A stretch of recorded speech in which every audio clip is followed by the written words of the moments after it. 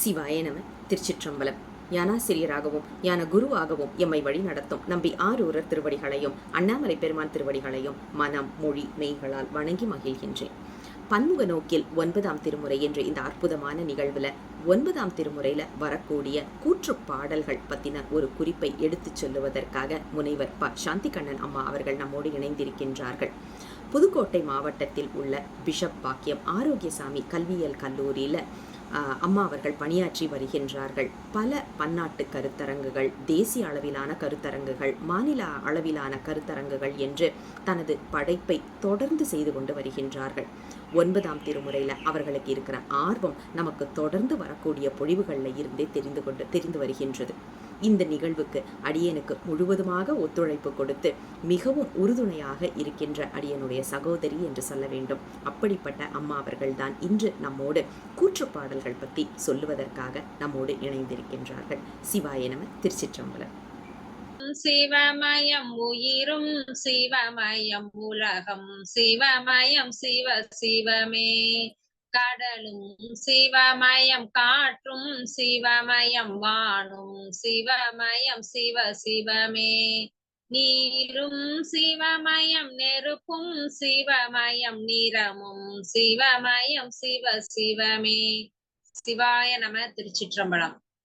பன்முக நோக்கில் 9ஆம் திருமுறை என்ற இவ்விணையவழி தொடர் நிகழ்வில் கலந்து கொண்டுள்ள அனைத்து சிவனடியார்களுக்கும் எனது மாலை வணக்கத்தை தெரிவித்துக் கொள்கின்றேன். இன்று நாம் சிந்திக்க இருக்கின்ற தலைப்பு 9ஆம் திருமுறையில் கூற்று பாடல்கள் என்பதாகும்.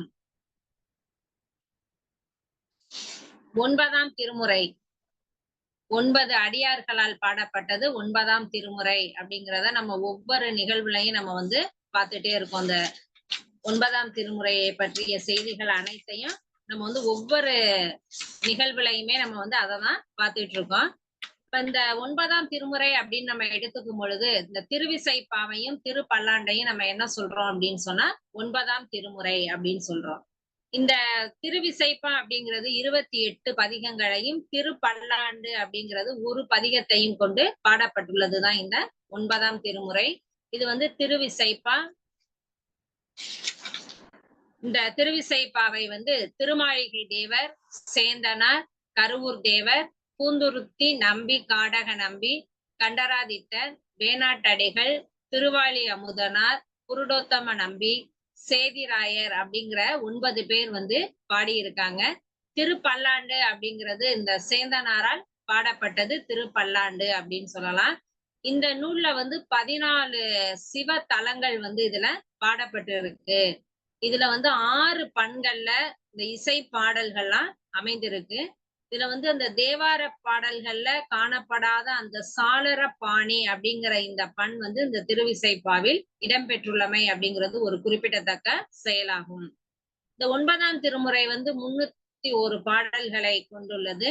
இது தேவார பாடல் பெறாத கங்கை கொண்ட சோழபுரம், திருக்கழந்தை ஆதித்தேச்சரம், திருக்கீழ்கோட்டூர் மணியம்பலம், திருமுகத்தலை, திரைலோக்கிய சுந்தரம், திருசாட்டியக்குடி, தஞ்சை ராஜராஜேஸ்வரம், திருவிடைக்களி ஆகிய 8 தலங்கள் திருவிசைப்பா ஆசிரியர்களால் பாடப்பெற்றுள்ளதாக இருக்கு. இந்த திருவிசைப்பாவில திருமாளிகை தேவர் பாடிய பதிகங்கள் அப்படின்னு சொல்லி பார்த்தோம்னா 4 பதிகங்கள். இவை அனைத்துமே என்னன்னா தில்லைக்கு உரியன. அடுத்து சேந்தனார் பாடிய பதிகங்கள் அப்படின்னு சொல்லி பார்த்தோம்னா திருவிழி மிளலை, திருவாவடுதுறை, திருவிடைக்களி ஆகிய 3 தலத்திற்கும் அமைந்துள்ளது. அடுத்து பார்த்தோம்னா கருவூர் தேவர் அவர் பாடிய பதிகங்கள் 10. இவை தலத்துக்கு ஒன்றாக கோயில், திருக்கழந்தை, திருக்கீழ்கோட்டூர் மணியம்பலம், திருமுகத்தலை, திரைலோக்கிய சுந்தரம், கங்கை கொண்ட சோழபுரம், திருப்புவனம், திருசாட்டியக்குடி, தஞ்சை, திருவிடை மருதூர் முதலிய 10 தலங்களும் இதுல அமைந்திருக்குது. அடுத்து பார்த்தோம்னா பூந்துருத்தி நம்பி, காட நம்பி, திருவாரூர் கோயில் அப்படிங்கிற 2 தலங்களையும் என்னன்னா ஒவ்வொரு பதிகத்தால பாடி சிறப்பித்திருக்கிறாரு. அதே நேரத்துல கண்டராதித்தரும் வேணாட்டடிகளும் கோயில் மீது என்ன பண்றாங்கன்னா ஒவ்வொரு பதிகம் பாடி இருக்காங்க. திருவாளி அமுதனார் கோயில் குறித்து 4 பதிகங்கள் பாடியிருக்காரு. கோயில் குறித்து அதே நேரத்துல புருடோத்த நம்பி 2 பதிகங்களும், சேதிராயர் 1 பதிகமும் பாடியிருக்காங்க. அப்ப அந்த கோயில் அப்படிங்கிற ஒரு தனி சொல் வந்து சைவ சமயத்துல எப்பொழுதுமே தில்லை கோயில் ஒன்றையும் குறிக்கக்கூடியதாக இருக்கு. தில்லையை வந்து சிதம்பரம் அப்படின்னு சொல்லியும் இந்த காலத்துல நம்ம வந்து தில்லையை வந்து சொல்லிட்டு இருக்கோம்.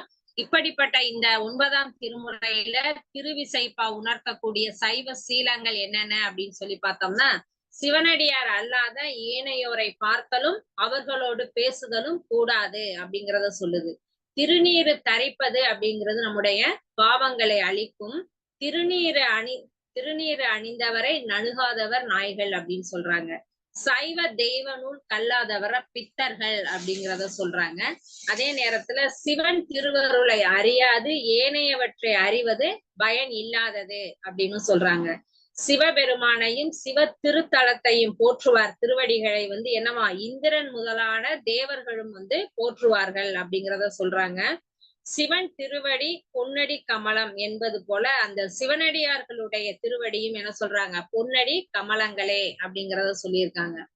தில்லையை வழிபட்டால் என்பலாம் உருகும், அன்பர்த்தம் கூட்டம் திருச்சார்பு வாய்க்கும் அப்படிங்கிறது சொல்றாங்க. அடுத்து அடியார் இதயமே ஈசன் வாழக்கூடிய அரச மாளிகை அப்படிங்கிறதையும் சொல்றாங்க. சிவனாரே எல்லா தேவருமாய் இருக்கின்றார். அதே மாதிரி ஞான நூல் பயிற்சி செய்ய செய்ய வீடு பெயற்றுக்கான அந்த படிக்கட்டுகளில் ஏறி மேலே செல்லக்கூடிய அந்த பக்குவம் அப்படிங்கிறது வாய்க்கும் அப்படிங்கிறத சொல்றாங்க. தில்லை சிற்றம்பலமே சிவலோகம் அப்படிங்கிறதையும் சொல்றாங்க. தில்லையில் கூத்தர் ஆட நம்பிகள் பாடுவா. இதெல்லாம் என்னன்னா திருவிசைப்பா உணர்த்தக்கூடிய சைவ சீலங்கள் அப்படின்னு சொல்லலாம்.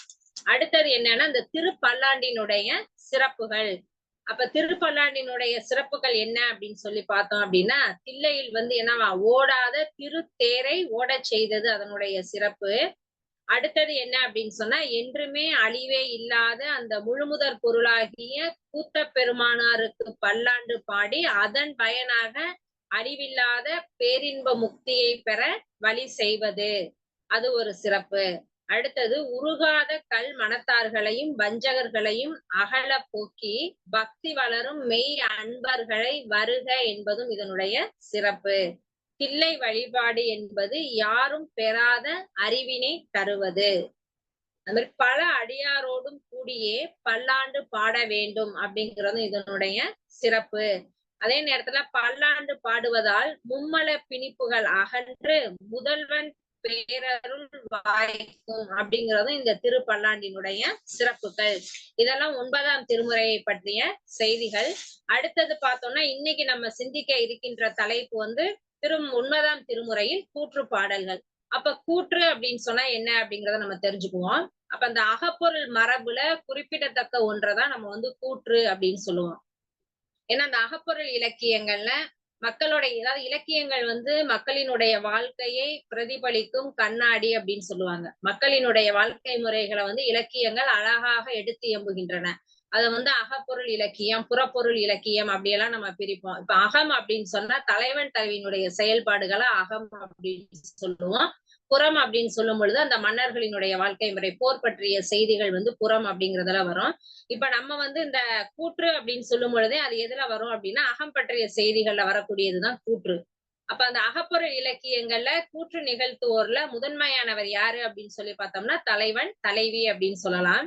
ஏன்னா கூற்று அப்படின்னு சொன்னாலே என்ன சொல்லலாம் அப்படின்னா அதனுடைய பொருள் வந்து பேச்சு அப்படின்னு சொல்லுவாங்க. அப்ப அந்த அகத்திணை பாடல்களுக்கு உரிய சிறப்பே என்னன்னு சொல்லலாம்னா அந்த கூற்று அப்படிங்கிறத நம்ம வந்து சொல்லலாம். அப்ப அகப்பாடல்கள் முழுவதுமே எப்படி இருக்கும் அப்படின்னு சொன்னா மாந்தர் உடைய கூற்று முறையிலேயே அமைப்பதை மரபாக கொண்டதுதான் கூற்று அப்படின்னு சொல்லுவோம். ஏன் அப்படின்னு சொன்னா அந்த கூற்று அப்படின்னு சொன்னா என்ன அப்படின்னா கூறுதற்கு உரியாரை அறிந்து அவருள் இன்னார் கூறினார் இப்பாட்டு என்பது அறிவது என இறையனார் அகப்பொருள் வந்து இதுக்கு வந்து விளக்கம் தருது.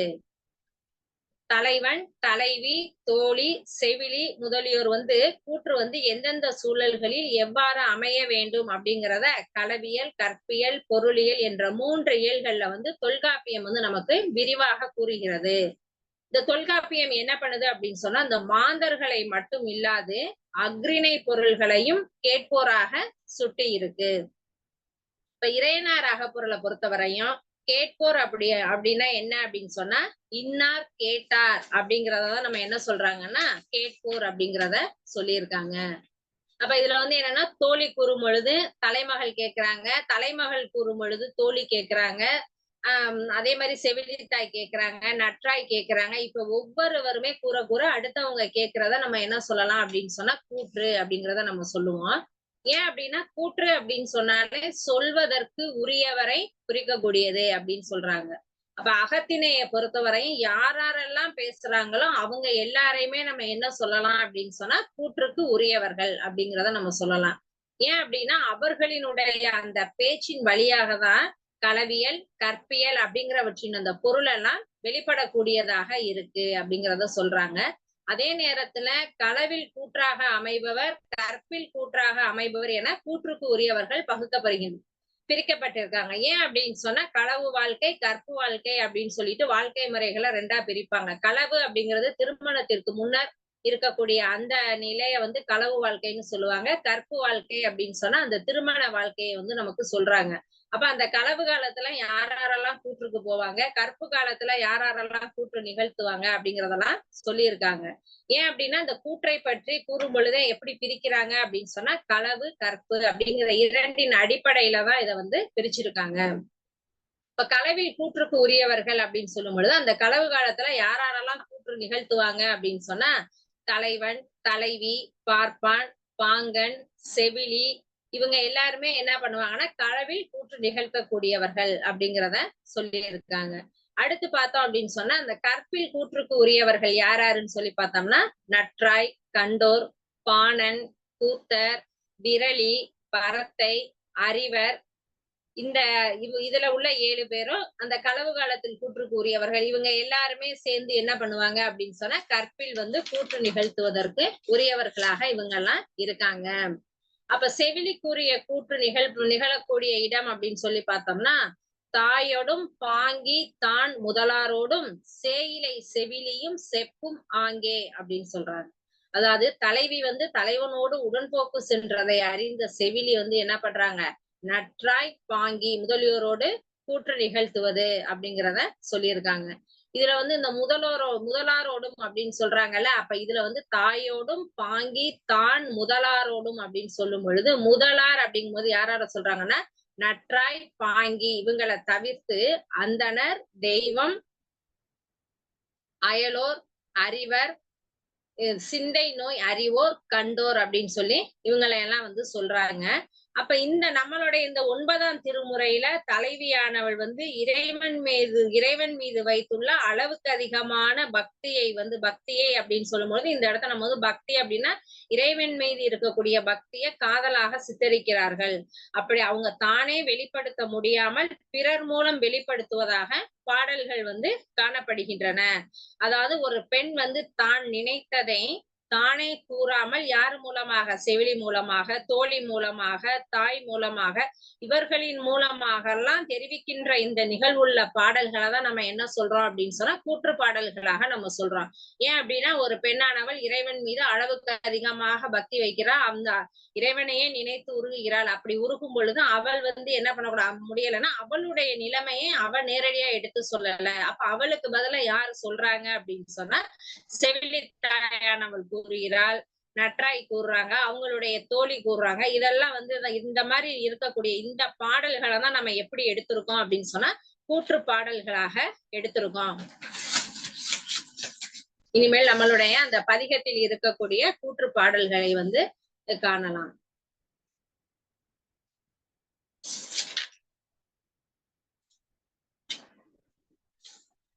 அம்பளிங்கு பகலோன் பால் அடை பற்றாய் இவள் மனத்தின் முன்பழிந்த காதலும் நின் முகந்தோன்ற விளங்கிற்றால் அம்பழிந்த கனியேயின் மருந்தே நல் வளர் முக்கன் செம்பளிங்கே பொழில் கோடை திரைலோக்கிய சுந்தரனே அப்படின்னு சொல்லக்கூடிய இந்த பாடல்ல புதுமையாக பழுத்த பழம் போல்பவனே. ஏன்னா வந்து ஒரு பழம் வந்து புதுமையா பழுத்திருக்கு அப்படின்னா அந்த மாதிரி பழுத்திருக்கும் போது நல்லா பாக்குறதுக்கு நல்லா இருக்கும். ஏன்னா அந்த பழம் வந்து நல்லா பழுத்திருக்கும் போது நல்ல பக்குவமான நிலையில இருக்கும் பொழுது பார்ப்பதற்கு நல்லா இருக்கும். அதே நேரத்துல அது பழுத்து ரொம்ப நாள் ஆயிடுச்சு அப்படின்னா அந்த தோல் எல்லாம் என்ன பண்ணிரும், சுருங்கிரும், பாக்குறதுக்கு நல்லா தெரியாது. ஆனா அந்த புதுமையாக பழுத்த பழம் அப்படிங்கும் பொழுது பார்ப்பவர்களை வந்து கவரக்கூடியதாக இருக்கும். அது போலதான் இதுல என்ன சொல்றாங்க அப்படின்னு சொன்னா, புதுமையாக பழுத்த பழம் போல்பவனே என் அமுதமே, மேம்பட்ட ஒளி வளர்கின்ற முக்கண்களை உடைய செந்நிறத்த பளிங்கி போல்பவனே அப்படின்னு சொல்றாங்க. அதாவது பளிங்கி அப்படின்னு சொன்னாலே நல்ல ஒரு ஒளி வீசக்கூடியதுதான் பளிங்கி. அந்த பளிங்கியே எப்படி இருக்கு அப்படின்னு சொன்னா செந்நிறமா இருக்கான். அததான் என்ன சொல்றாங்க அப்படின்னு சொன்னா, அதாவது பளிங்கி அப்படிங்கிறது இயற்கையாகவே நல்ல ஒரு ஒளியானதாக இருக்கும். அத வந்து என்ன சொல்றாங்க அப்படின்னு சொன்னா, அந்த கதிரவனுடைய அந்த ஒளி பொருந்தி அந்த பளிங்கு மேல கதிரவனினுடைய ஒளி படுதாம். அப்ப அந்த மாதிரி ஒளி பட்டுச்சு அப்படின்னா, இன்னமும் அது எப்படி இருக்கும் அப்படின்னு சொன்னா, பிரகாசமாக இருக்கும் அப்படிங்கிறதான் சொல்லியிருக்காங்க. அதாவது பளிங்கு கல்லினது இயற்கை ஒளியும் அடுத்ததனை காட்டும் தன்மையும் கதிரவன் தோன்றிய பொழுது அவன் முன்னே விளங்குவ போல இவள் மனதில் முன்பு பழுத்திருந்த காதலும் உன் முகத்தை கண்ட அளவில் அதன் முன்பே வெளிப்பட்டது. எனவே இவளுக்கு நீ அருள வேண்டும் அப்படின்னு சொல்லிட்டு இது ஒரு செவி கூற்று பாட்டாக இருக்கு அப்படிங்கிறத இதன் மூலமா நம்ம வந்து தெரிஞ்சுக்கலாம். அடுத்த பாடல்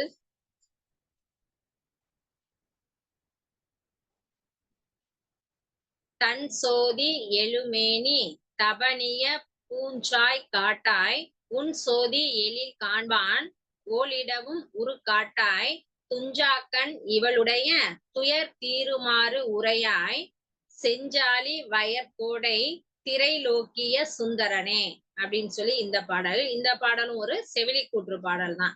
அதாவது என்ன சொல்றாங்க அப்படின்னு சொன்னா, அந்த நெற்பயிர்கள்லாம் அழகா வளர்ந்துருக்கான். அப்படிப்பட்ட அந்த வயல்களை உடைய திரைலோக்கிய சுந்தரனே அப்படின்னு சொல்றாங்க. அப்ப அந்த திரைலோக்கிய அந்த சுந்தரன் இருக்கக்கூடிய இடம் எப்படி இருக்கு, பச்சை பசேல் என்று வயல்வெளிகளில் நெற்பயிர்கள் எல்லாம் செழித்து வளர்ந்திருக்கின்ற ஒரு பசுமையான ஒரு சூழல்ல திரைலோக்கிய அந்த சுந்தரன் இருக்கின்றார். தன் அழகு வந்து மேன்மேலும் வளருகின்ற உடம்பில் தோன்றிய பொற்பூ போன்ற அந்த பசலை நிறமே தன் வருத்தத்திற்கு சான்றாக நிற்க அப்படின்னு சொல்றாங்க. அதான் தபனிய பூஞ்சாய் காட்டாய் அப்படிங்கிறாங்க. இது என்னன்னா அந்த பொற்பூ போன்ற என்ன பசுமை நிறம் அப்படி பசலை அப்படிங்கிறாங்க. பசலை அப்படின்னு சொன்னா இது அகப்பாடல்ல வரும்போது என்ன சொல்லுவாங்க அப்படின்னு சொன்னா, அந்த தலைவன் தலைவி வந்து நல்லா பேசிக்கிட்டு இருக்காங்க, நல்லா பேசி பழகிக்கிட்டு இருக்கும் பொழுது அந்த தலைவன் வந்து தலைவியை விட்டு போயிடுறா. அப்ப அந்த தலைவி வந்து அந்த தலைவனை வந்து பார்க்க முடியாமல் இருப்பாங்க. அப்ப அந்த மாதிரி நேரத்துல அந்த தலைவிக்கு வந்து பசலை அப்படிங்கிற ஒரு நோய் வரும்னு சொல்றாங்க. அத வந்து இந்த இடத்துல எப்படி கொண்டு வராங்க அப்படின்னு சொன்னா, ஒரு பெண் என்ன பண்றாங்கன்னா, அந்த இறைவனை வந்து பார்க்க முடியல அப்படிங்கிறதுனால அவங்களுக்கு என்ன வந்துருது, பசலை அப்படிங்கிற ஒரு நோய் வருது அப்படிங்கிறத சொல்றாங்க. ஏன் அப்படின்னா அவங்கள பார்க்கல, அந்த வருத்தத்துல உடல் அப்படியே சோர்ந்து போகக்கூடிய ஒரு நிலையாகவும் நம்ம வந்து இத எடுத்துக்கலாம். இப்படி இருக்கும் பொழுது அப்படி தன் பொற்பு போன்ற அந்த பசலை நிறமே தன் வருத்தத்திற்கு சான்றாக நிற்க உன் ஒளிமயமான அழகினை காண்பதற்கு இவள் என்ன பண்றாரு, வருந்தி அழைக்கிறா. அப்படி வருந்தி அழைக்கும் போது கூட நீ வந்து என்னது உன்னுடைய அந்த ஒளி வடிவத்தை இவளுக்கு காட்டுகின்றா இல்லை. உறங்காத கண்களை உடைய இப்பெண்ணின் மனத்துயரம் நீங்குமாறு நீ அருள் செய்வாயாக அப்படின்னு சொல்றான். அதாவது ஒரு பெண் வந்து என்ன பண்றா, உன்னையே நினைத்து இறைவனையே சிவபெருமானையே நினைத்து உருகுகின்றாள். உருகி அவளுடைய உடல் எல்லாம் கூட மெலிந்து போயிறாள். அப்படி இருக்கும் பொழுது உன்னையே நினைத்து வருந்தி கொண்டிருக்கும் பொழுது நீ ஏன் அவளுக்கு வந்து இறைவனாகிய நீ ஏன் அவளுக்கு காட்சி தரக்கூடாது அப்படின்னு சொல்லி இத வந்து என்ன பண்ணுது, அவன் நேரடியா கேட்கல. அதுக்கு பதிலா யாரு கேட்கிறாங்க, ஒரு செவிலி வந்து அவங்களுடைய கூற்றாக அவங்க வந்து இதை வந்து முன் வைக்கிறாங்க, இறைவன்கிட்ட முன் வைக்கிறாங்க. இப்படிப்பட்ட மனநிலையில் இருக்கக்கூடிய ஒரு பெண்ணுக்கு நீங்க ஏன் காட்சி கொடுக்க கூடாது அப்படின்னு சொல்லிட்டு இறைவன்கிட்ட என்ன பண்றாங்க, கேக்குறாங்க. அப்ப இதுவும் வந்து என்ன அப்படின்னா ஒரு செவிலி கூற்று பாடலாக இந்த பாடலையும் நம்ம கூறலாம். அரும்பேதை கருள் புரியாது ஒளிந்தாய் நின் அவிர் சடைமேல் நிரம்பாத பிறை தூவும் நெருப்பொடு நின் கையிலியால் நரம்பாலும் உயிர் ஈர்ந்தாய் நளிர் புரிசை குளிர் வனம்பா திறம்போது சொறி கோடை திரைலோக்கிய சுந்தரனே அப்படின்னு சொல்றாங்க. இந்த பாடல்ல என்ன அப்படின்னு சொன்னா, அகழி நீரால் குளிர்ச்சி பொருந்திய மதில்களை அடுத்த குளிர்ந்த சோலைகளில் பாதிரி மரங்கள் பூக்களை சொரியக்கூடிய கோடை திரைலோக்கிய சுந்தரனே. அதாவது என்ன பண்ணுது, அந்த அகழி நீரினுடைய குளிர்ச்சியால இங்க இருக்கக்கூடிய அந்த மரங்கள்லாம் நல்லா செழித்து வளரக்கூடியது. அப்படிப்பட்ட இடங்களில் இருக்கக்கூடிய அந்த அந்த சோலைகள் இருக்கக்கூடிய திரைலோக்கிய சுந்தரனே அப்படின்னு சொல்லிட்டு, பெறுதற்கரிய பெண்ணுக்கு நீ அருள் புரியாது விட்டு விட்டாய். உன்னுடைய விளங்குகின்ற அந்த சடையின் மேலுள்ள பிறை சொரிகின்ற நெருப்பினாலும் உன் கையில் உள்ள யாழ் நரம்பின் ஒளியாலும் இப்பெண்ணினுடைய உயிரை உடம்பிலிருந்து பிரித்து கொண்டிருக்கிறாய். இது உனக்கே அழகோ அப்படின்னு சொல்லிட்டு ஒரு செவிலி வந்து இதையும் ஒரு செவிலி வந்து என்ன பண்றா, இறைவன்ட்ட கூறுகிறார். அதாவது என்ன சொல்றா அப்படின்னு சொன்னா, உன்னையே நினைத்து என்ன பண்ணிட்டு இருக்காங்களா, அவங்க வந்து ரொம்ப உடல் மெலிந்து அந்த உயிர் கூட அந்த உடம்பில் இருந்து பிரியக்கூடிய நிலை அளவுக்கு ஒரு பெண்ணானவள் இருக்கின்றாள். அப்படி இருக்கும் பொழுது அவளுக்காக நீ வந்து மனம் இறங்க கூடாதா அப்படின்னு சொல்லிட்டு ஒரு செவிலி தாயானவள் இறைவன்ட்ட ஒரு பெண்ணுக்காக கூற்று நிகழ்த்துகிறாள். அப்ப இதுவும் என்ன அப்படின்னு சொன்னா, இது ஒரு செவிலி கூற்று பாடல். அடுத்த பாடல், ஆறாத பேரன்பின் அவர் உள்ளம் குடிகொண்டு வேறாக பலர் சூழ வீற்றிருத்தி அது கொண்டு வீராடி இவள் உன்னை பொது நீப்பான் விரைந்து இன்னம் தேரால் தென்கொளிர் கோடை திரைலோக்கிய சுந்தரனே. அதாவது அழகிய சோலைகளை உடைய கோடை திரைலோக்கிய சுந்தரனே, தனியாத பெருங்காதலை உடைய மெய்யடியார்களின் உள்ளத்தை இருப்பிடமாக கொண்டு பேரன்பர் அல்லது உன்மாட்டு சிறிது அன்புடையவர் பலரும் உன்னை சூழுமாறு நீ கவலையின்றி இருக்கின்றாய். அதாவது இந்த திரைலோக்கிய சுந்தரன் வந்து எப்படி இருக்காரு அப்படின்னு சொன்னா, அவர் மேல மக்கள்லாம் என்ன பண்ணிருக்காங்க, ரொம்ப பக்தியா இருக்காங்க. அவர் மீது ரொம்ப மிக அளவுக்கு அதிகமான அன்பினை பொழியக்கூடியவர்களும் இருக்காங்க. இல்ல அப்படின்னு சொன்னா, அதே நேரத்துல உன் மீது சிறிதளவேனும் அன்புடையவர்களும் எப்பொழுதுமே என்ன பண்றாங்க, உன்னை சூழ்ந்துகிட்டே இருக்காங்க. அதனால இறைவனாகிய நீ வந்து கவலை இல்லாமல் இருக்கின்றாய். அச்செய்தியை மனதில் கொண்டு அவர்கள் அனைவரினும் பெருமை பெற்றவளாய் உன்னை தன் ஒருத்திக்கே உரியவனாய் செய்து கொள்வதற்கு விரைதலை பொருத்தி இன்னும் அம்மயக்கம் தெளிய பெற்றினாள். இவள் காதல் மிகுதிக்கு ஏற்ப அருள் செய்வாயாக. அதாவது இதுவும் செவிலி கூற்று பாடல் தான். அவங்க என்ன சொல்றாங்க அப்படின்னா, ஒரு செவிலி வந்து இறைவன்ட்ட என்ன சொல்றாங்க அப்படின்னா, ஏன்னா உலகத்துல வந்து உன்னையே இறைவனாகிய சிவபெருமானாகிய உன்னையே மக்கள் வந்து அளவுக்கு அதிகமாக நினைத்து உருகி கொண்டிருக்கிறார்கள். அது மட்டும் இல்லாமல் ஒரு சிலர் வந்து சிறிதளவேனும் உன்னோட அன்போடு இருக்கிறார்கள். அப்ப எப்பொழுதுமே உன்னை சுற்றி மக்கள் கூட்டம், பக்தர் கூட்டம் அப்படிங்கிறது என்னைக்குமே இருந்துகிட்டு இருக்கு. அப்படி இருந்தாலும் ஒருத்தி என்ன பண்றா, வேற யாரையுமே நினைக்காம நீதான் உலகம், இந்த ஈசன் தான் என்னுடைய உலகம் அப்படின்னு நினைக்கக்கூடிய ஒருத்தி இருக்கின்றாள். அவளை என்ன பண்ணணும் அப்படின்னு சொன்னா, அவள் வந்து உன் மீது அதிக காதல் கொண்டு இருக்கின்றாள். உன் மீது காதல் மயக்கத்தில் இருக்கிறாள். காதல் அப்படிங்கும் பொழுது உன் மீது அளவுக்கு அதிகமான அந்த பக்தி மயக்கத்துல இருக்கிறாள்.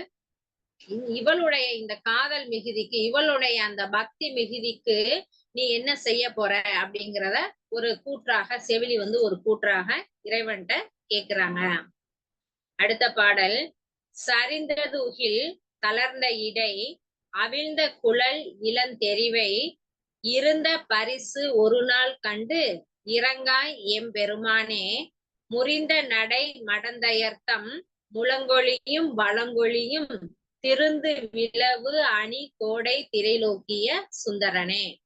அந்த பாடல என்ன சொல்றாங்க அப்படின்னு சொன்னா, எம்பெருமானே அசைந்த நடையினை உடைய பெண்கள் ஒலிக்கக்கூடிய ஒளியும். அசைந்த நடை அப்படிங்கும் பொழுது பெண்கள் நடக்கும் பொழுது என்ன ஓசை கேட்கும், அவங்க அணிந்திருக்கக்கூடிய அந்த கொலுசினுடைய ஓசை கேட்கும். அதே நேரத்துல மத்தளம் முதலிய இசை கருவிகள் தருகின்ற ஓசையும், திருத்தமாய் உள்ள விழாக்கள் அழகு செய்கின்ற கோடை திரைலோக்கிய சுந்தரனே, இவ்விளம்பெண் தன் ஆடை நெகிழ்ந்து இடை தளர்ந்து குழல் அவிழ்ந்து இருக்கும் தன்மையை ஒரு நாளாவது உன் திருக்கண்களால் கண்டு இவள் திறத்து இரக்கம் காட்டுவாயாக அப்படின்னு சொல்லிட்டு ஒரு செவிலி கூற்று பாடலாக இதுவும் இருக்கு.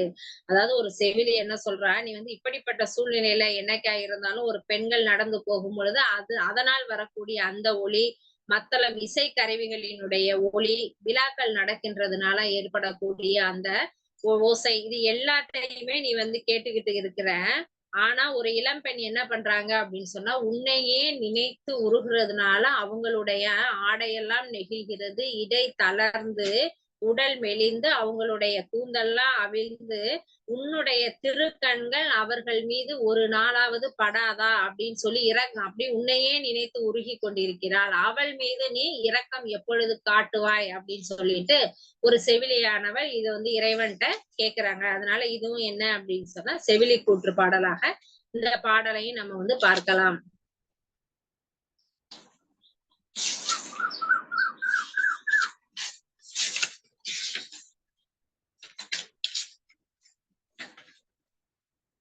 அடுத்தது யாரோட கூற்றுன்னு பார்த்தோம்னா, இது வந்து தலைமகளினுடைய கூற்று.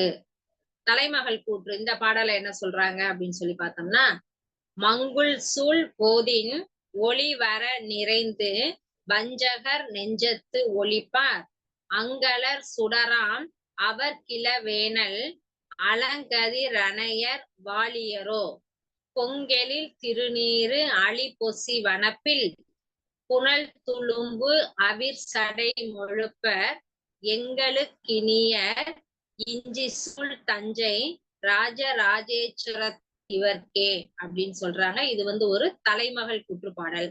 அதாவது மதில்களால் சூழப்பட்ட தஞ்சையில் ராஜராஜேஸ்வரத்தில் கோயில் கொண்டு அருளக்கூடிய எம் பெருமானே, மேகத்தால் மறைக்கப்பட்ட சூரியனை போல, அதான் சொல்றாங்க மங்குல் சூழ் போதின்.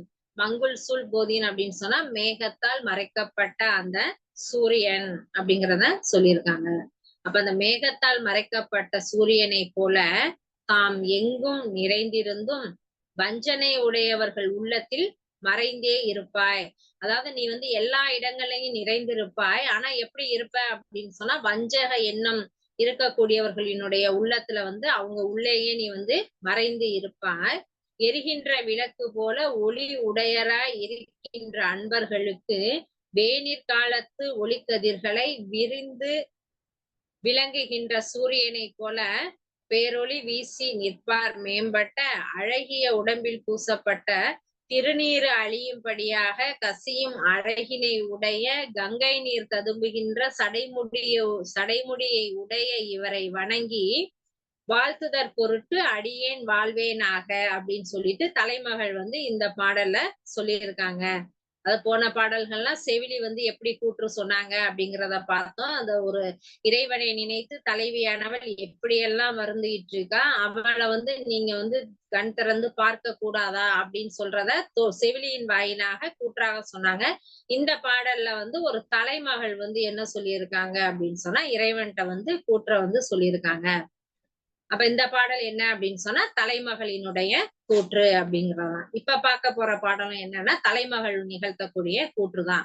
தனியர் எத்தனை ஓராயிர வருமாம் தன்மையர் என் வயத்தினராம் கனியர் அத்தருத்திங் கரும்பர் வெண் புரிநூல் கட்டியர் அட்ட ஆரமிர்தர் புனிதர் பொற்கழலர் புரிசடா மகுடர் புண்ணியர் பொய்யிலா மெய்யர்க்கு இனியர் எத்தனையும் இஞ்சி சூழ் தஞ்சை ராஜராஜேஸ்வரத்து இவர்க்கே அப்படின்னு சொல்றாங்க. இந்த பாடல் என்ன சொல்றாங்கன்னா தனியர் அப்படின்னு சொன்னா ஒருவர் அப்படிங்கறதான் தனியர் அப்படிங்கிறத சொல்லியிருக்காங்க. அப்ப இந்த தஞ்சை ராஜேஸ்வரத்து எம்பெருமான் தாம் எப்படி இருக்காராம், ஒருவராகவும் இருப்பார், எத்தனையோ ஆயிரம் பொருள்களாக நிற்கக்கூடிய தன்மையை உடையவர், ஆனாலும் தனியாக இருக்கக்கூடியவர்.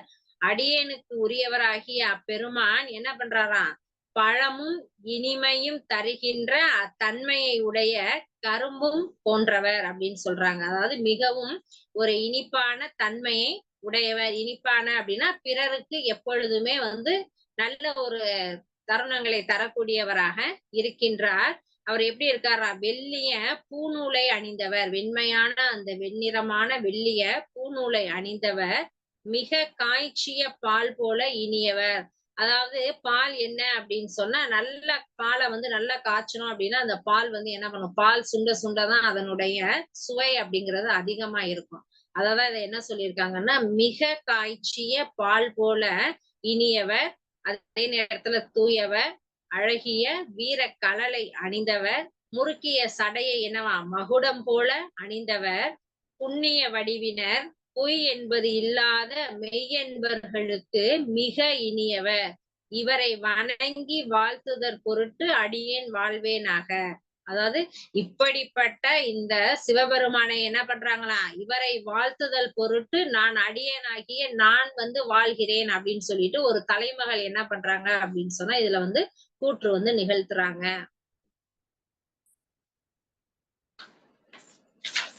அடுத்தது யாரு கூற்று சொல்றாங்க அப்படின்னு சொன்னா ஒரு இளமகள். ஏன்னா நம்ம வந்து கூற்று வந்து யார் யாரெல்லாம் கூற்றுக்கு உரியவர்கள் அப்படிங்கிறத பார்த்திருக்கோம். அப்ப ஒவ்வொருத்தரா எப்படியெல்லாம் அந்த கூற்றின் மூலமாக அவங்களுடைய கருத்துக்களை வெளிப்படுத்துறாங்க அப்படிங்கிறதுதான்.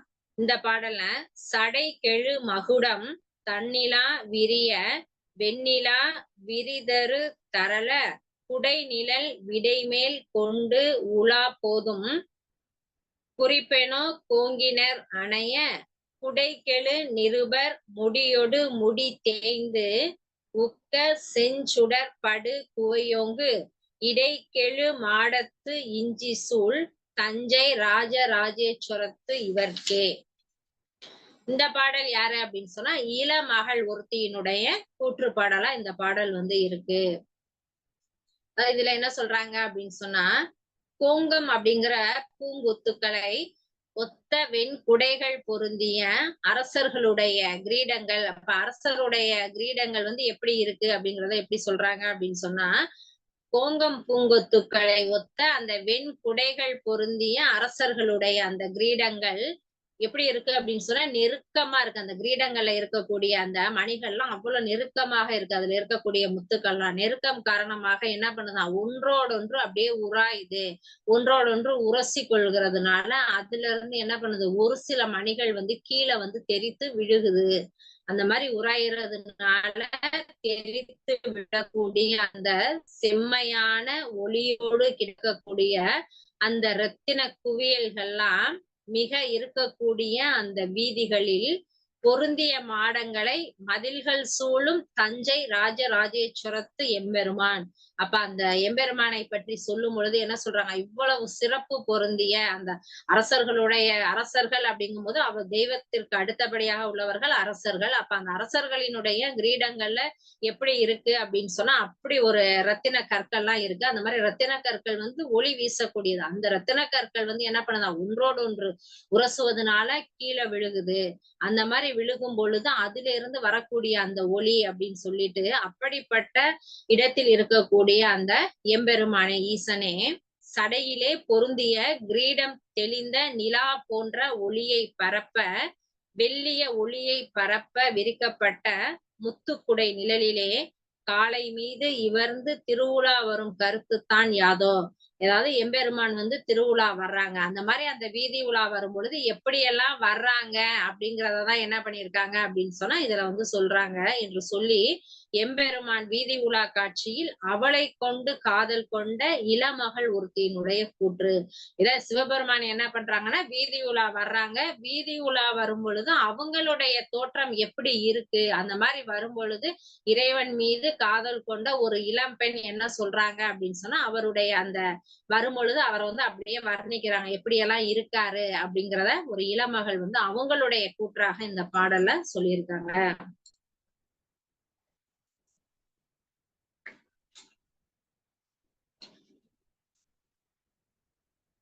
அடுத்த பாடல் முழுவதும் நீ ஆயினும் இம் மொய் குழலால் மெய் முழுதும் பழுதெனவே நினைந்து ஓரால் பயில்வதும் நின் ஒரு நாமம் அழுவதும் நின் திறம் நினைந்தே அதுவன்றோ பெரும் பேரு செழு மதில் சூழ் பொழில் கோடை திரைலோக்கிய சுந்தரனே.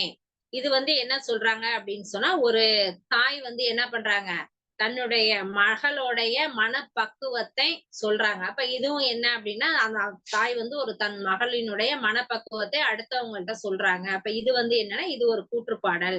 அது என்ன சொல்றாங்கன்னா, சிறந்த அந்த மதில்கள் சூழ்ந்த சோலைகளை உடைய திரைலோக்கிய சுந்தரனே, எல்லா பொருள்களுக்கும் நீயே ஆயினும், எல்லா பொருள்களுக்கும் நீதான் முழு முதலா இருக்க. ஆனா நீ வந்து அங்கனம் எங்குமாய் இன்பத்தை இவ்வுடம்பு கொண்டு இவள் பெறாமையால் இச்செறிந்த கூந்தலை உடைய என் மகள் தன் உடல் உறுப்புகள் பலவும் குற்றம் உடையன என்று கருதி அவற்றிற்காக உண்ணுதல், நீராடுதல், ஒப்பனை செய்தல்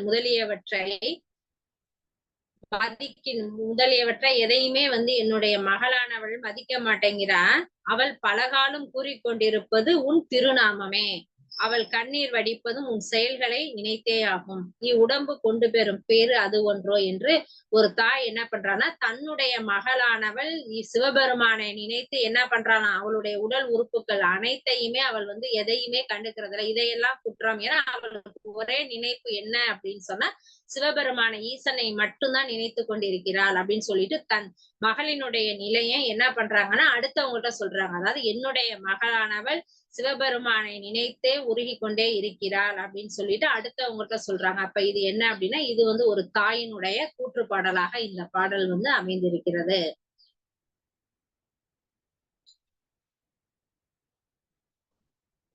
அடுத்த பாடல்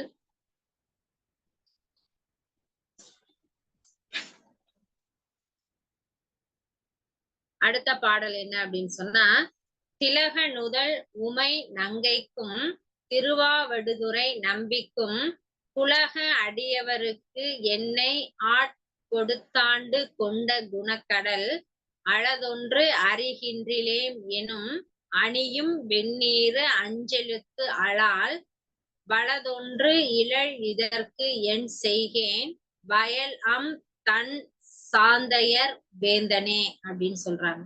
அதாவது இந்த பாடல என்ன சொல்றாங்க அப்படின்னு சொன்னா, வயல் வளம் பொருந்திய அழகிய குளிர்ந்த சாத்தனூர் அரசே. அதாவது வயல் வளம் அப்படின்னு சொன்னா நல்ல ஒரு செழிப்பான ஒரு இடம் இருக்கிறது அப்படிங்கறதான் என்ன சொல்லுவாங்க, வயல் வளம். நெற்பயிர்கள் வந்து பச்சை பசேல் என்று செழித்து வளர்ந்திருக்கக்கூடிய ஒரு பகுதியை தான் நல்ல வயல் வளம் பொருந்திய அழகிய குளிர்ந்த சாத்தனூருக்கெல்லாம் அரசனே அப்படின்னு சொல்லிட்டு, என் மகள் நெற்றியில் திலகம் அணிந்த உமாதேவிக்கும் திருவாடுதுறை கோயில் உகந்தருளி இருக்கும் குணபூரணனான எம்பெருமானுக்கும் அடிமை செய்யும் கூட்டமான அடியவர்களுக்கு அடியேனை ஆட்படுத்து.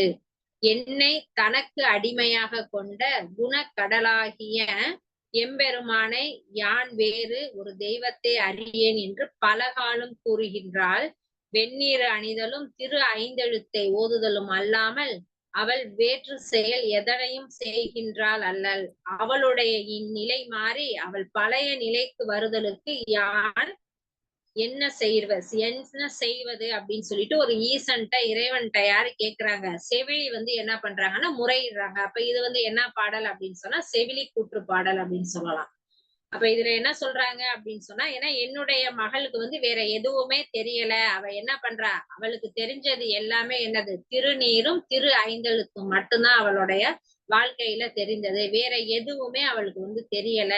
அப்படிப்பட்ட அவளினுடைய இந்த நிலை வந்து மாறணும், அவளும் பழைய நிலைக்கு வரணும் அப்படின்னு சொல்லிட்டு அவளினுடைய நிலை பற்றி ஈசன்ட்ட யாரு கூறுறாங்க அப்படின்னு சொன்னா செவிலி கூறுறாங்க. அப்ப இத வந்து நம்ம என்ன பண்ணலாம்னா செவிலி கூற்று பாடலாக நம்ம இந்த பாடலை வந்து எடுத்துக்கலாம்.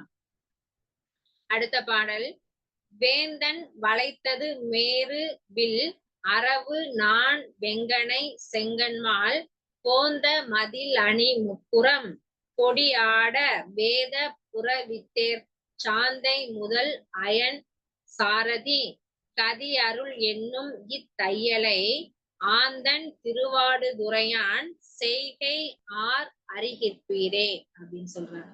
அதாவது என்ன அப்படின்னு சொன்னா, சிவபெருமானே வானத்தில் உலவிக் கொண்டிருந்த மதில்களால் சூழப்பட்ட 3 கோட்டைகளும் சாம்பலாகுமாறு மேருமலையை வில்லாக வளைத்து வாசுகியை வில் நானாக கொண்டு சிவந்த கண்களை உடைய திருமாலை அம்பாக கொண்டு வேதங்களாகிய குதிரைகளால் பூட்டப்பட்ட பிரம்மனை தேர்ப்பாகனாக உடைய தேரினை செலுத்திய சாத்தனூர் தலைவனே.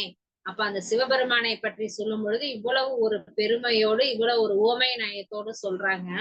அப்படிப்பட்ட உன் அருளே அடியேனுக்கு கதி. இவ்வளவு பெருமை மிகுந்த இந்த தலைவனை சிவபெருமானே, உன்னுடைய அருள் தான் என்னது, என்னை போன்ற அடியார்களுக்கு கதி அப்படின்னு சொல்லிட்டு என் மகள் வந்து என்ன பண்றானா, பலகாலம் பல நாளும் என்னுடைய மகள் என்ன சொல்றா அப்படின்னு சொன்னா, அவள் திறத்து தண்ணீரினால் குளிர்ந்த திருவாவடுதுறை என்ற கோயிலில் உகந்தருளி இருக்கக்கூடிய சிவபெருமான் செய்ய நினைத்திருக்கின்ற செயலை யாவர் அறிய வல்லர் என்று என் மகள் என்ன செய்யறா, நலம் அவங்களுடைய மகளை பத்தி அடுத்தவங்க என்ன கேக்குறாங்கன்னா, ஒரு தாயிட்ட வந்து பக்கத்துல உள்ளவங்க கேக்குறாங்க, உங்களுடைய மகள் வந்து என்ன பண்றாங்க அப்படின்னு சொல்லும் பொழுது அவள் என்ன சொல்றா, என்னுடைய மகளானவள் என்ன பண்றா, சிவபெருமானையே நினைத்து அவருடைய செயல்களையே எப்பொழுதுமே சொல்லிக்கிட்டே இருக்கா, வேற எந்த ஒரு சிந்தனையுமே என்னுடைய மகளுக்கு இல்லை அப்படின்னு சொல்லிட்டு அவங்க மகளை பற்றி அடுத்தவங்க கேட்கும் பொழுது அடுத்தவங்க கிட்ட ஒரு தாயானவள் கூற்றின் மூலமாக இந்த செய்திகளை எல்லாம் சொல்றாங்க. அதனால இது வந்து யாருடைய கூற்று அப்படின்னு சொன்னா தாய் கூற்று. ஏன்னா நம்ம வந்து கூற்று பாடல்கள்ல யாரெல்லாம் கூற்று நிகழ்த்துவாங்க அப்படிங்கிறத பார்த்திருக்கோம். அப்ப இந்த பாடல் வந்து ஒரு தாய் வந்து கூற்றை நிகழ்த்தக்கூடியதாக இருக்கு. கிற்போம் என தக்கன் வேள்வி புக்கு எடுத்து ஓடி கெட்ட அத்தேவர்கள் சொற்போலும் மெய் பயன் பாவிகால் என் சொல்லி சொல்லும் இத்தூமொழி கற்போல் மனம் கனிவித்த எம் கருணாலயா வந்திடாய் என்றால் பொற்போ பொருந்திரு ஆவடுதுறை ஆளி பேசாது ஒளிவதே அப்படின்னு சொல்றாங்க. இந்த பாடல் என்ன அப்படின்னு சொல்லி பார்த்தா, அதாவது பாவிகளே, நாங்கள் வேள்வியை முழுமையாக நிறைவேற்றி வைப்போம் என்று சொல்லி வேள்வியை நடத்த புகுந்து வீரபத்திரர் வந்த அளவில் வேள்வி சாலையிலிருந்து எழுந்து ஓடி அழிந்த அந்த தேவர்களின் சொற்கள் பயன்படாமல் போனது போல நீங்கள் இந்த உடலால் எம்பெருமான் திருத்தொண்டினை விடுத்து வேற்று உலகியல் செயல்களில் ஈடுபடும் செய்தி பயன் தராது வீணாகும். அப்ப எப்பொழுதுமே நம்ம வந்து சிவபெருமானை நினைத்து செய்யக்கூடிய செயல்கள் தான் வெற்றி பெறும். அவனை நினைத்து அவர் தேர்ந்து விலகி வேற செயல் செய்யணும் அப்படின்னு நினைச்சோம்னா அந்த செயல் வந்து வெற்றி பெறாது அப்படிங்கறத இந்த இடத்துல சொல்றாங்க என்று இந்த தூய்மையான சொற்களை உடைய என் மகள் பலகாலம் கூறுகின்றாள். எங்கள் கல் போன்ற மனத்தை பழம் போல மென்மையுடையதாக்கிய கருணைக்கு இருப்பிடமான எம் பெருமானே, அடியேனுக்கு அருள வருவாயாக என்று என் மகள் அழைத்தால், மேம்பட்ட திருவாடுதுறையை ஆள்பவனே, அவள் அழைத்தலுக்கு நீ ஒன்றும் பேசாமல் இருப்பது உனக்கு ஏற்ற தன்மையோ அப்படின்னு சொல்லிட்டு ஒரு தாய் வந்து இறைவன்ட்ட தன்னுடைய மகளுக்காக கேட்கிறாங்க. அப்ப இது வந்து என்னன்னா ஒரு தாய் வந்து கூற்று நிகழ்த்தக்கூடிய ஒரு பாடல். அதாவது என்ன சொல்றாங்கன்னா, இறைவனை சிவபெருமானை நினைப்பவர்களுக்கு மட்டும்தான் நல்ல செயல்கள் அப்படிங்கிறது நடைபெறும். ஆனா கல் போன்ற மனத்தையும் என்னவா பழம் போல மென்மை உடையதாக மாற்றக்கூடிய கருணைக்கு இருப்பிடமானவர் யாரு அப்படின்னு சொன்னா சிவபெருமான். அப்படிப்பட்ட அந்த சிவபெருமான் வந்து என்னது, என்னுடைய மகள் அழைத்தால் மேம்பட்ட திருவாடுதுறையை ஆள்பவனே, அவள் அழைத்தலுக்கு நீ வந்து ஒன்றும் பேசாமல் இருக்க. அப்படிப்பட்ட என் மகள் உன்னையே நினைத்து கொண்டிருக்கின்ற என் மகள் என்ன பண்றா, உன்னைத்தான் அழைக்கிறாள். ஆனா என் மகள் அழைக்கும் போது கூட நீ வந்து பேச அதற்கான பதில எதையுமே சொல்லாம இருக்க, இது வந்து ஒரு நியாயமா அப்படின்னு சொல்லிட்டு ஒரு தாயானவள் தன்னுடைய மகளுக்காக இறைவனிடம் கூற்று நிகழ்த்தக்கூடியதாக இந்த பாடல் வந்து அமைந்திருக்கிறது.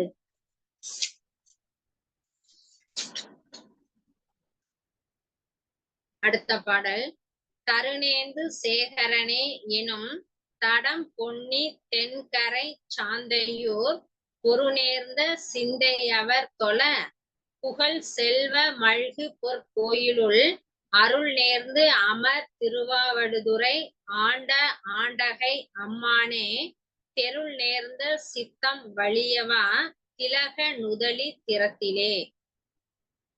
பெரும் பரப்பை உடைய அந்த காவிரியினுடைய தென்கரையில் அமைந்திருக்கின்ற சாத்தனூரில் மெய்ப்பொருளிலேயே ஈடுபட்ட அந்த மனத்தை உடைய அடியவர்கள் வழிபட புகழும் செல்வமும் நிறைந்த ஆவடுதுறை கோயிலில் அருளை வழங்கி கொண்டு வீற்றிருக்கும் ஆளும் தகுதியை உடைய தலைவனே, என் மகள் பிறையை தலையில் சூடியவனே என்று உன்னை பலகாலம் அழைக்கின்றாள். திலகமணிந்த நெற்றியை உடைய என் மகள் திறத்தில் மாத்திரம் தெளிந்த அறிவினை உடைய உன் மனம் இரக்கம் கொள்ளாமல் கல் போல் இருப்பதன் காரணம் யாது அப்படின்னு சொல்லிட்டு ஒரு தாயானவள் தன்னுடைய மகளுக்காக பெருமானிடம் கூற்று நிகழ்த்துகிறார்.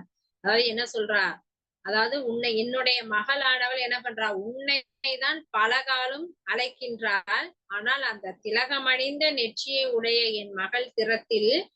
என் மகளுடைய திறத்தில் மாத்திரம் தெளிந்த அறிவினை உடைய உன் மனம் ஏன் என்னுடைய மகள்கிட்ட மட்டும் உன்னுடைய மனம் இரக்கம் கொள்ளாமல் இருக்குது. எல்லாருக்கும் இரக்கம் கொள்ற, ஆனா உன்னையே நினைத்து கொண்டிருக்கின்ற என்னுடைய மகளுக்கு நீ ஏன் இரக்கம் காட்ட மாட்டேங்கிற அப்படின்னு சொல்லிட்டு ஒரு தாயானவள் தன்னுடைய மகளுக்காக சிவபெருமான்கிட்ட என்ன பண்றாங்க, கூற்று நிகழ்த்துகிறாங்க. அப்ப இது என்னன்னா ஒரு தாயினுடைய கூற்று பாடலாக இந்த பாடலை நம்ம எடுத்துக்கலாம்.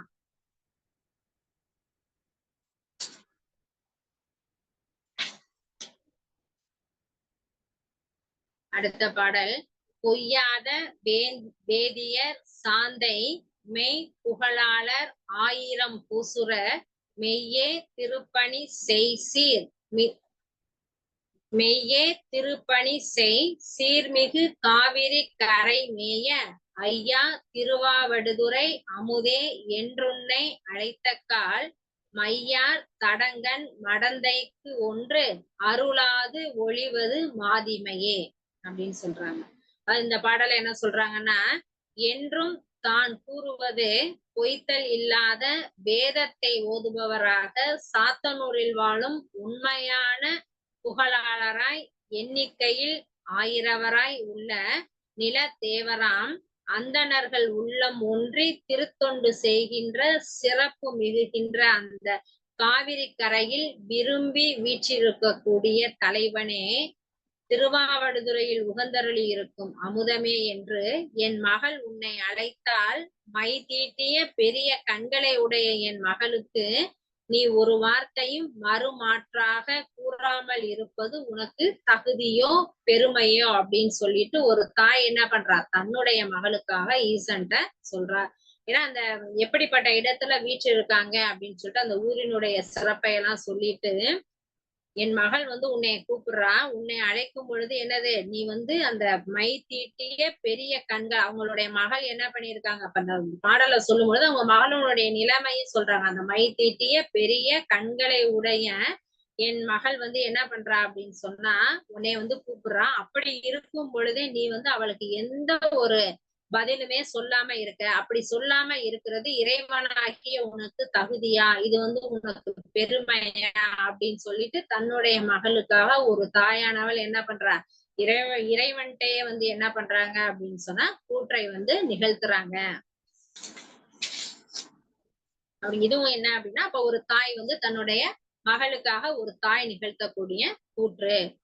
அடுத்த பாடல், மாதி மனம் கமழும் பொழில் மணி மாட மாளிகை வீதி சூழ் சோதி மதில் அணி சாந்தை மெய் சுருதி விதி வலியோர் தொழும் ஆதி அமரர் புராணனாம் அணி ஆவடுதுறை நம்பி நின்ற நீதி அருகிலல் பொன் நெடும் தின் தோல் புணர நினைக்குமே அப்படிங்கிறத சொல்றாங்க. அதாவது இதுல என்ன சொல்றாங்கன்னா, என் மகள் நறுமணம் கமலும் சோலைகளும் அழகிய மேல் மாடிகளை உடைய மாளிகைகளை உடைய வீதிகளும் சூழ்ந்துள்ள ஒளி வீசும் மதில்களால் அழகு செய்யப்பட்டுள்ள சாத்தனூரில் உள்ள உண்மையான அந்த வேத நெறியில் வாழக்கூடிய சான்றோர்கள் வணங்குகின்ற ஏனைய தேவர்களுக்கு முற்பட்ட பழமையனாகிய அழகிய ஆவடுதுறை என்ற கோயிலில் உகந்தருளி இருக்கக்கூடிய குணபூரணனாகிய எம்பெருமான் பெருமையை உள்ளவாறு அறியும் ஆற்றல் இலாளாய் அவனுடைய பொன் நிறமுடைய நீண்ட வலிய தோள்களை தழுவ நினைக்கின்றாள் என்று தன் மகள் நலம் வினவிய அயலக மகள் இருக்கு. அதாவது தன்னுடைய ஒரு தாய் கிட்ட பக்கத்துல வசிக்க கூடியவங்களும் உங்கள் மகள் எப்படி இருக்கா அப்படின்னு சொல்லி கேட்கும் பொழுது அந்த தாயானவள் என்ன பண்றா, கூற்றின் மூலமாக அவங்க மக பேசல, ஒரு தாயானவள் அந்த மகளின் நிலையை அடுத்தவங்களுக்கு சொல்றாங்க. அந்த மாதிரி சொல்லும் பொழுது இதனால இத வந்து நம்ம என்ன சொல்லலாம் அப்படின்னு சொன்னா, ஒரு தாயினுடைய கூற்றுப்பாடல் அப்படிங்கிறத தாயினுடைய கூற்று அப்படின்னு சொல்லலாம். இப்ப இன்றைய நம்மளுடைய அந்த பதிகங்கள் எல்லாம் என்ன பார்த்தோம் அப்படின்னு சொன்னா, கூற்று கூற்று அப்படின்னு சொல்லும் பொழுது, ஒரு செய்தியை வந்து தான் நேராக கூறாமல் அடுத்தவர் மூலமாக கூறுவது கூற்று அப்படின்னு சொல்லி பார்த்தோம். இது வந்து இலக்கியங்கள்ல அகப்பொருள்கள்ல இந்த கூற்று அப்படிங்கிறது அதிகமா காணப்படும் அப்படின்னு சொல்லிட்டு, யாரெல்லாம் கூற்று நிகழ்த்துவாங்க, அப்ப களவு வாழ்க்கையில யாரு கூற்று நிகழ்த்துவாங்க, கற்பு வாழ்க்கையில யாரு கூற்று நிகழ்த்துவாங்க, கூற்று நிகழ்த்துவதற்கு உரியவர்கள்லாம் யார் யாரு அப்படிங்கிற செய்தியை பார்த்துட்டு அதுல இருந்து நம்ம இன்றைய பதிகத்துல உள்ள பாடல்களை என்ன பார்த்தோம்னா, செவிலி எப்படி கூற்று சொல்லியிருக்காங்க, நற்றாய் எப்படி தாய் வந்து எப்படி கூற்று சொன்னாங்க, தோழி எப்படி கூற்று சொன்னாங்க, ஒரு இளம் பெண் வந்து எப்படி வந்து கூற்ற நிகழ்த்தினாங்க, அப்படி பற்றி அந்த செய்திகள் அனைத்தையுமே இன்னைக்கு வந்து இந்த திருமுறைகளை எப்படியெல்லாம் கையாண்டிருக்காங்க அப்படிங்கிற செய்தியை வந்து இன்றைய நிகழ்வுல நம்ம வந்து பார்த்தோம். நான் உடைந்து போக 1000 காரணங்கள் உண்டு. ஆனால் நான் உயர்ந்து வர ஒரே வழி என் ஈசன் மட்டுமே என்று கூறி, வாய்ப்பிற்கு நன்றி கூறி விடைபெறுகிறேன். நன்றி.